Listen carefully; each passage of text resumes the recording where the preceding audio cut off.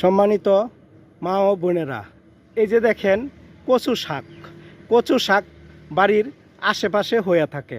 এই কচুর গাছের কচু পাতা, কোন পাতাটার কথা বলতেছি, অনেক কচু আছে, কচু হয় আবার লতি হয়, আবার পাতাও কাজে লাগে। এই কচুটার শুধু পাতা হবে আর অল্প কটা লতি হবে, লতিও স্বাদ কচুও স্বাদ। এটার মতন স্বাদ অন্য লতি না। এই গাছটা অটোমেটিকেই বাড়ির আশেপাশে হয়ে থাকে। এই যে দেখেন বাড়ি, এই বাড়ির আশেপাশে হয়ে রয়েছে। এটি আল্লাহর দেওয়া ওষুধ। এগুলি যদি কেউ খা তাহলে চোখের দৃষ্টিশক্তি বাড়ে, আবার ভিটামিনও শরীরের অনেক ভিটামিন ঘাটতি পূরণ হয়।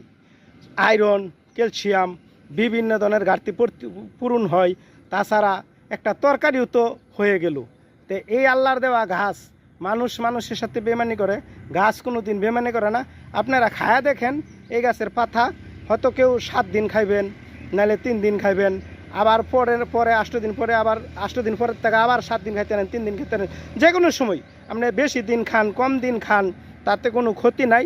এই পাতাটা আপনারা খাবেন, রোগ থেকে মুক্ত থাকবেন। খুদা হাফেজ।